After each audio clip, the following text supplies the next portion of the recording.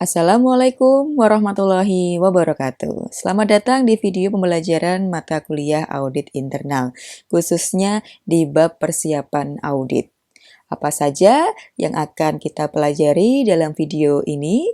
Yang pertama adalah menentukan auditi kunci, lalu membentuk tim audit, menyusun dan menyampaikan surat pemberitahuan audit, menerbitkan surat tugas, melakukan survei pra-audit, dan yang terakhir adalah menyiapkan kertas kerja audit. Yang pertama, menentukan auditi kunci. Auditi apa? Masih ingat ya? Auditi adalah lawannya dari auditor. Auditi adalah yang diaudit. Di sini ada istilah auditi kunci. Auditi kunci itu merupakan auditi yang mengetahui semua informasi di bagian tempatnya bekerja. Kata kuncinya adalah mengetahui semua informasi. Maka yang benar-benar tahu tentang bagian tempat dia bekerja.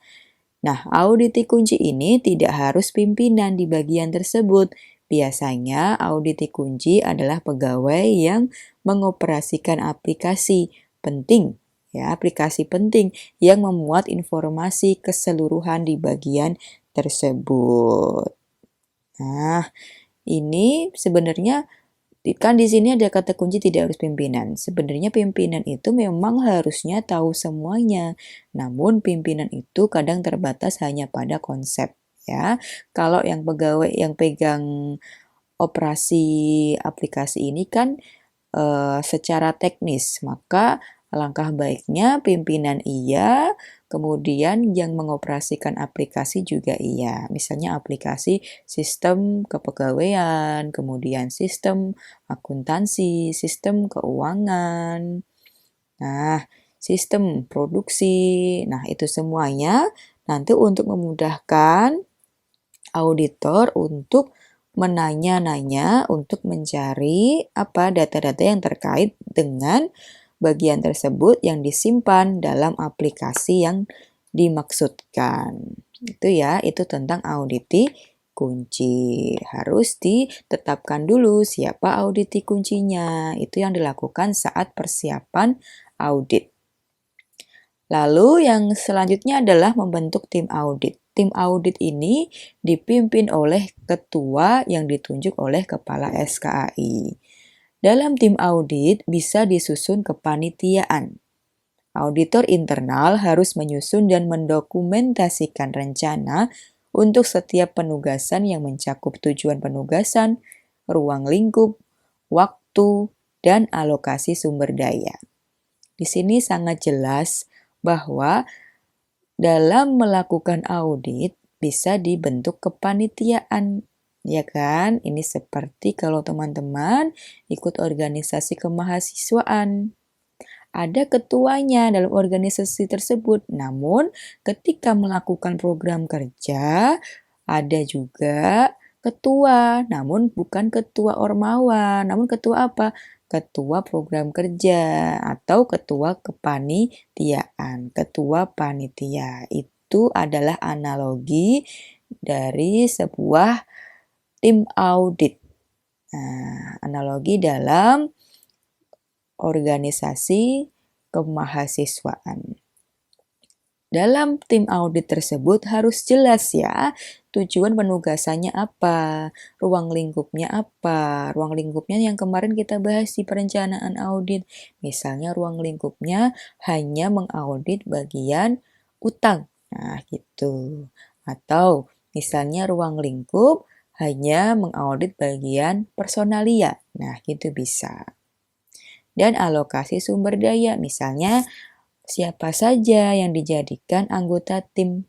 Tidak semua anggota SKAI diikutkan dalam tim audit. Bisa saja semua, bisa saja sebagian. Nah, kenapa ada kata sebagian? Karena kan dalam SKAI itu ada yang namanya audit harian. Audit harian, maka harus ada yang standby, harus ada yang tinggal di dalam kantor SKAI. Untuk apa? Untuk menerima dokumen-dokumen yang perlu diaudit secara harian.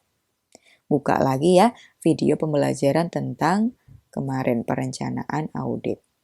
Waktu di sini ada waktunya kapan. Kalau waktu kan sudah ditentukan ya, waktu menyusun program kerja. Ini tinggal ditulis kembali dalam penugasan tersebut. Tujuan sudah jelas ya, ada tujuan, ruang lingkup, waktu, dan alokasi sumber daya. Ini ada semuanya di dalam standar profesi nomor 2200. Selanjutnya adalah menyusun dan menyampaikan surat pemberitahuan audit. Disusun lalu disampaikan ya, jangan disusun aja. Dan disampaikan harus sampai ke auditi. Jangan cuma sampai ke depannya aja. Pastikan diterima. Nah, apa saja sih yang terkait dengan surat pemberitahuan audit? Jadi, auditor internal itu memposisikan diri sebagai tamu. Kenapa tamu? Ya, ini analoginya, misalnya Dema mau mengadakan kerjasama dengan komunitas jurnalis. Nah, komunitas jurnalis Feby. Tuh, nggak cuma ngomong kan, tapi harus ada suratnya. Sama dengan auditor internal, dia sebagai tamu kalau dalam melaksanakan program kerja. Kalau pas makan siang bisa barengan ya makan siang karena memang kerjanya di perusahaan tersebut. Namun kalau mau mengadakan audit ya harus menyampaikan surat pemberitahuan audit. Yang kedua, surat pemberitahuan audit yang akan diserahkan ke auditi harus disusun secara lengkap, jelas, dan tidak mengandung ambiguitas. Ambiguitas itu apa? Bermakna ganda, tidak boleh multitafsir. Yang poin kedua ini, teman-teman saya yakin sudah ikut mata kuliah Bahasa Indonesia. Jadi sudah paham bagaimana menyusun surat pemberitahuan audit. Masih ingat ya bagian-bagiannya kalau membuat surat resmi apa saja. Yang paling atas apa? Ada kop surat. Ya kan? Kop surat di sini boleh sama dengan kop yang dimiliki oleh organisasi atau dengan modifikasi tambahan nama SKAI di paling bawahnya. Bukan paling bawah sih, di tengahnya ya. Kalau paling bawah tuh ada alamat, nomor telepon, nah apalagi ya, fax, nah kayak gitu. Nama organisasi, kemudian bawahnya SKAI. Jadi walaupun sama-sama bekerja dalam organisasi hanya berbeda ruang, kop surat tetap penting ada mengingat audit merupakan kegiatan yang bersifat resmi dan independen. Lalu ada lagi bawahnya apa? Alamat tertuju, ya kan? Ada yang terhormat, siapa? Kepada siapa? Di tempat. Misalnya yang terhormat, Kepala Bagian Personalia PT ABC di tempat, gitu ya.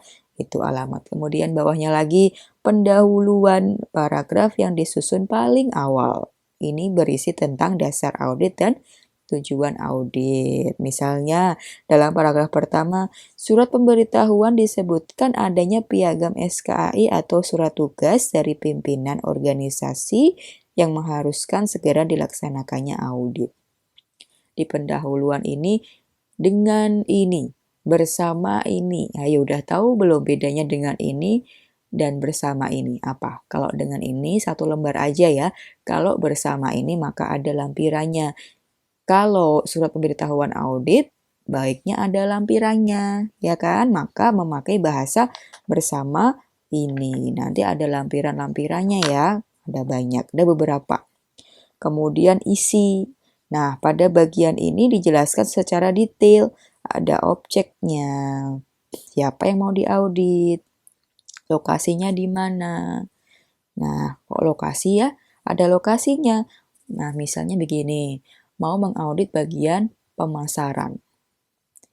Bisa saja mengauditnya di ruangan pemasaran, bisa saja mengauditnya di ruangan tertentu di luar bagian pemasaran. Kenapa? Untuk menjaga stabilitas kinerja hariannya pemasaran, misalnya di aulanya organisasi tersebut. Lalu waktunya jam berapa harus jelas, nanti dilengkapi dengan rundown terlampir ya. dan ruang lingkup audit. Apa sih yang diaudit? Apakah semuanya atau hanya bagian tertentu saja gitu. Oke. Dan nanti habis itu paragraf terakhir apa? Yang ada kata terima kasih, demikian itu ya. Demikian yang bisa saya sampaikan, demikian yang bisa kami susun atas perhatian Bapak atau Ibu. Kami ucapkan terima kasih. Itu apa? Penutup ya, penutup. Lalu yang keenam. Nah, yang keenam. Selanjutnya setelah penutup apa? Oh iya, dalam penutup itu diberikan apa? Ditambahin meminta auditi untuk melakukan konfirmasi setelah surat tersebut diterima dengan respon bukti kesanggupan bisa secara lisan atau tertulis. Bisa pakai intercom atau pakai surat balasan. Kalau lebih formalnya pakai surat balasan ya. Kalau memang cukup dengan intercom juga boleh, namun diingat apa-apa perlu bukti. Nah, gitu ya. Yang selanjutnya ada tempat dan tanggal pembuatan surat. Tempat sama di tempat organisasi tersebut, tanggal pembuatan surat. Nah, ini. Membuat surat itu yang sopan, jadi jangan mendadak. Walaupun dalam program kerja sudah ada timeline-nya, namun kan timeline-nya itu yang ada tabel nomor, program kerja, kemudian bulan, Januari, minggu pertama, kedua, ketiga, keempat, kelima, itu sudah disampaikan ke pimpinan, kan itu kepimpinan, bukan ke bagian yang akan diaudit. Maka perlu disampaikan jauh-jauh hari. Ya minimal seminggu lah atau 3 hari, namun pastikan benar-benar sudah sampai ke pimpinan gitu loh ya, tidak mengendap di dalam bagian front office-nya aja. Lalu tanda tangan, nama terang jangan lupa pakai stempel ya. Nah, stempel, tanda tangan, stempel di bagian kiri. Nah, stempel itu yang baik tahu nggak di mana? Sepertiga dari tanda tangan di bagian kiri. Lalu ada tembusan. Tembusannya buat apa? Nah, SKA ini kan organisasi yang berdiri sendiri dalam organisasi di bawah pimpinan tertinggi organisasi dan dewan. Jadi, surat yang disampaikan ke auditi juga harus ditembuskan ke pimpinan tertinggi organisasi dan dewan. Surat pemberitahuan audit perlu ditembuskan agar pihak pimpinan organisasi mengetahui dan untuk kepentingan pengawasan. Biar tahu kan dulu sudah disampaikan kalau bulan Februari misalnya mau ngaudit. Nah, itu kan kepentingan SKI. Yang ingat cuma SKI, pimpinan kan belum tentu ingat karena yang diurus, yang dipikirkan oleh pimpinan itu semua bagian. Jadi nggak SKI aja yang dipikirkan, maka perlu dilakukan apa? Tembusan, ditembuskan ke pimpinan. Bisa jadi juga jaga-jaga kalau tidak sesuai dengan timeline, bisa jadi ditunda atau bisa jadi dipercepat. Seperti pandemi ini kan apa-apa ditunda. Nah, seperti itu. Nah, setelah tembusan, di belakangnya itu ada lampiran-lampiran. Apa saja yang perlu dilampirkan? Nah, ini ya, yang dilampirkan ini ada susunan tim audit. Tadi sudah kita bahas tentang membentuk tim audit. Tim audit ini tidak sama dengan struktur organisasi SKAI, namun sesuai dengan kepentingan, yaitu seperti kepanitiaan. Maka perlu disampaikan, oh nanti ketua auditnya Mas ini, atau Mbak ini, Pak ini, atau Bu ini gitu ya. Yang selanjutnya ada jadwal kegiatan audit. Jadwal harus dirinci ya, mulai dari awal hingga perpisahan antara auditor internal dan auditi. Kemudian daftar dokumen yang perlu disiapkan oleh auditi. Dikasih daftar ya, walaupun di depan tadi sudah dituliskan ruang lingkup. Misalnya mau mengaudit bagian personalia aja. Personalia ya. Yang personalia tetap dikasih daftar dokumen biar tidak berbeda persepsi, biar besok itu tidak dadakan.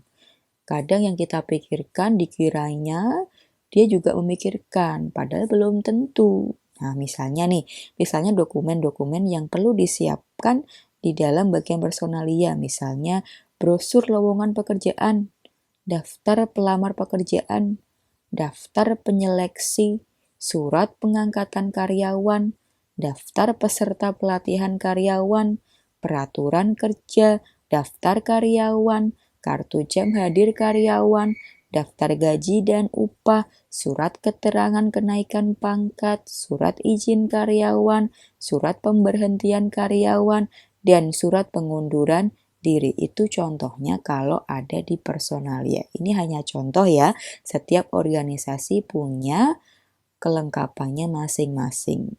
Yang pasti yang mau diaudit dituliskan aja di lampiran. Jadi minimal ada 3 lampiran ya untuk memperjelas. Kalau mau ngasih tahu tuh yang detail gitu loh ya. Jadi jangan sampai ada feedback yang menanyakan langsung, menanyakan lagi maksudnya. Kan ada tertulis nih lengkap, jelas, tidak mengandung ambiguitas, biar sekalian diceklis sama mereka sebelum apa? Mereka tuh auditi maksudnya. Belum melakukan audit.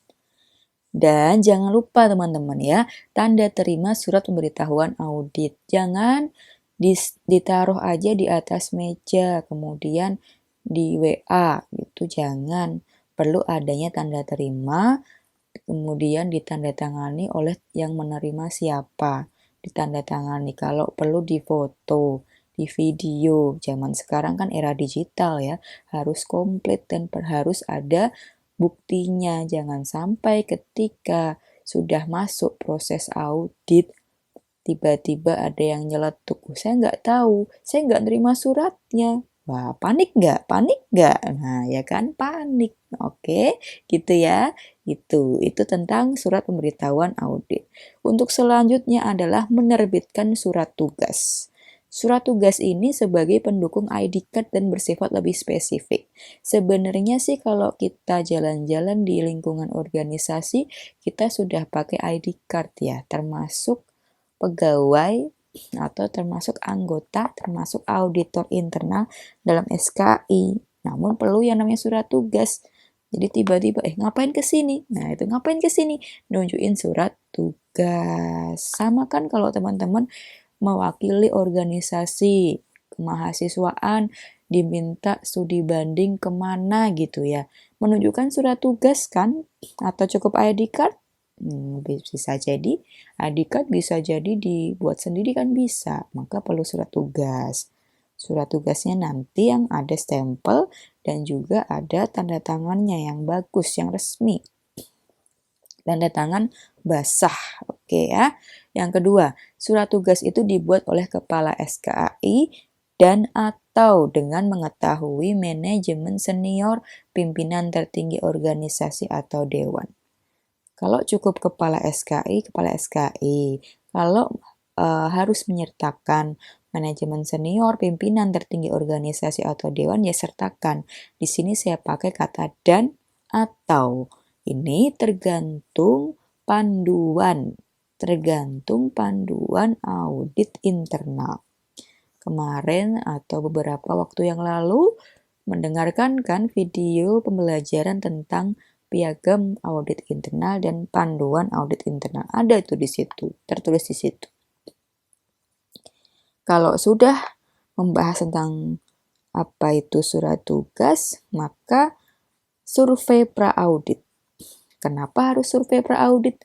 Kan organisasinya sendiri, kan tempat kerja sendiri yang selama 365 hari dikurangi hari liburnya di situ terus, standby di situ terus. Nah, kan belum tentu semuanya tahu ya. Jadi apa? Survei pra-audit ini dilakukan guna memperlancar kegiatan audit, memperlancar. Penting untuk memastikan kembali kriteria-kriteria standar pada objek audit yang telah dituliskan pada lembar kertas kerja audit internal.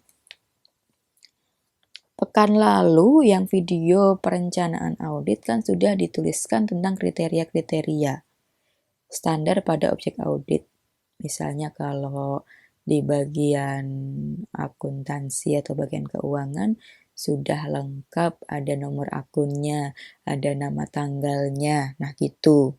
Tiba-tiba waktu survei pra-audit ada yang kurang, maka bisa ditambahkan di kriteria objek audit dalam kertas kerja audit. Kan berkembang tuh, informasi berkembang tuh, maka perlu yang namanya survei agar lancar. Dan survei ini nggak harus datang langsung ya, survei bisa dengan datang langsung atau menggunakan media. Seperti saat ini bisa online, ya kan? Nah, bisa offline atau bisa online. Selanjutnya, menyiapkan kertas kerja audit. Nah, kertas kerja audit ini bentuknya kolom-kolom. Yang paling sederhana adalah seperti ini. Ada nomor, ada temuan, kemudian rekomendasi. Nah, rekomendasinya ini. Bagaimana nanti? Nah, rekomendasinya apa? Temuannya apa? Ini. Ini adalah yang paling sederhana. Yang paling sederhana. Namun kalau ingin proses audit dalam berjalan lebih cepat dan tepat, maka perlu adanya kriteria-kriteria yang juga dituliskan dalam kertas kerja. Nah, ini ada kriteria yang dituliskan dalam kertas kerja.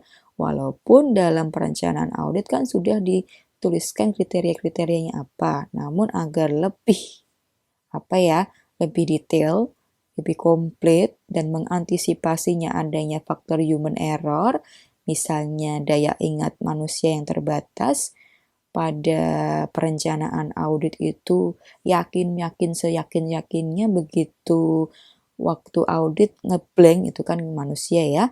Nah, itu bisa untuk mengantisipasi itu bentuknya seperti ini. Kriteria teknik audit, kesesuaiannya ya atau tidak, kemudian diberi keterangan. Lalu diberi rekomendasi di samping sini boleh atau di bawahnya juga boleh ya. Itu tergantung dengan panduan audit internal. Nah, ini pilihan teknik auditnya bisa apa saja. Bisa apa saja ya. Nah, ini ya, bisa telaah dokumen. Apa itu telaah dokumen? Nah, telaah dokumen di sini ini dilakukan dengan memeriksa kebenaran dokumen. Bisa dilakukan dengan mengecek kelengkapan dokumen, kewajaran, serta relevansi antara dokumen dan kegiatan yang tertulis dalam dokumen tersebut. Nah, ada kegiatan sebar brosur. Nah, misalnya kalau sekarang nggak sebar brosur ya, sekarang itu sebar poster secara digital di media-media online. Ada sasaran-sasarannya tertulis akan dilakukan jam sekian di akun yang mana, ya kan? Itu harus ada buktinya, dicek itu, bener nggak? Wajar nggak? Relevan nggak? Tuh. Lalu yang kedua, observasi. Observasi ini merupakan teknik yang mengharuskan auditor internal untuk melihat secara langsung proses kegiatan yang dilakukan oleh auditing. Jika objek auditnya bukan kegiatan, maka bisa melihat barang-barang yang digunakan untuk kegiatan tersebut. Ini untuk memastikan apakah yang di lapangan sudah sesuai dengan yang tercantum di dokumen. Diobservasi, benar nggak produknya sama, kemasannya sama. Nah, gitu ya. Kemasan misalnya di bagian produksi. Kalau bulan Ramadan itu mie instan itu gambarnya adalah piring yang kosong. Bener nggak? Gitu ya. Bener nggak? Nah, kalau bener ya, kalau enggak ya enggak. Lalu yang ketiga ada inspeksi. Inspeksi ini sih sebenarnya sama dengan observasi ya, tapi inspeksi ini dilakukan tanpa pemberitahuan atau secara mendadak. Loh kok mendadak? Tadi kan sudah diberitahukan audit. Nah, bisa jadi ada perkembangan, misalnya hasil audit yang direncanakan berkembang. Tiba-tiba ingin mengecek, ingin konfirmasi di bagian lain, ya nggak apa-apa ya, bisa dilakukan seperti itu. Ini efektif loh untuk meminimalisasi kecurangan audit, yaitu yang biasanya dilakukan tidak dilakukan karena takut atau khawatir diketahui oleh auditor internal. Ada yang ditutup-tutupi, itu bisa pakai inspeksi. Lalu yang keempat, wawancara ya. Wawancara, jadi kadang apa yang tertulis butuh penjelasan secara langsung dari yang melakukan kegiatan yang tertulis dari dokumen tersebut. Tidak semua orang expert, ahli dalam menulis. Asal nulis aja. Kadang nulis itu ada makna ambigunya, ada ambiguitasnya. Maka perlu yang namanya konfirmasi pakai teknik wawancara. Wawancara ini ya dilakukan kepada auditi kunci. Kalau melebar boleh sih kalau mau mengkonfirmasi yang lain. Benar nggak kalau ada surat masuk itu dicatat? Tanyakan, bisa. Lalu yang kelima itu ada konfirmasi ya. Konfirmasi ini merupakan teknik audit yang dilakukan dengan cara memastikan kebenaran data melalui pihak ketiga. Misalnya, jika auditi mengatakan bahwa contoh produk sudah disampaikan ke calon pelanggan, maka auditor internal dapat menanyakan dan memastikan kepada calon pelanggan tersebut apakah memang sudah dilakukan oleh auditi. Dicek tuh, dikonfirmasi ya. Nah, dicek aja. Dicek ke pihak ketiga yang tertulis dalam dokumen tersebut benar enggak? Nah, benar enggak? Bisa pakai itu ya, segala apapun harus didokumentasikan. Sekarang kan smartphone tuh canggih-canggih ya, bisa pakai itu dulu untuk menghemat waktu. Kalau sudah baru ditulis di dalam kertas kerja. Dalam keterangan kan di sini ada kolom keterangan tuh yang komplit ya. Terutama kalau centangannya tidak. Nah, itu harus ada keterangannya. Dan keenam adalah mendatangkan pihak ketiga. Ada kalanya auditor internal itu tidak menguasai bidang keilmuan atas objek yang diauditnya. Walaupun demikian, ini bukan menjadi halangan ya. Tim audit dapat meminta bantuan atau mengundang auditor eksternal atau pihak yang menguasai ilmu tentang objek yang diaudit guna ikut serta dalam proses audit. Misalnya, apa misalnya? Tim audit mengundang auditor eksternal yang paham tentang penilaian bangunan untuk mengaudit aset tetap di organisasi, mengukur gedung, ya kan? Mengukur aset-aset tetap. Apalagi kalau auditor internalnya itu nggak ada yang lulusan apa itu yang berkaitan dengan bangunan-bangunan, akuntansi murni ya kan? Di situ maka perlu yang namanya pihak ketiga untuk memperlancar. Itu ya teman-teman semuanya berkaitan dengan persiapan audit. Terima kasih ya sudah menonton video pembelajaran ini. Ini tentang persiapan audit. Kemarin tentang perencanaan audit, ini persiapan audit. Kalau perencanaan audit itu jangka panjang, kalau persiapan audit itu sudah mendekati audit, sudah mendekati proses audit. Jadi apa saja sih yang perlu disiapkan? Nah, itu sih yang barusan kita bahas. Gitu dulu ya. Selamat melanjutkan pembelajaran yang lain, dicatat boleh. Kita jumpa lagi di video pembelajaran selanjutnya. Wassalamualaikum warahmatullahi wabarakatuh.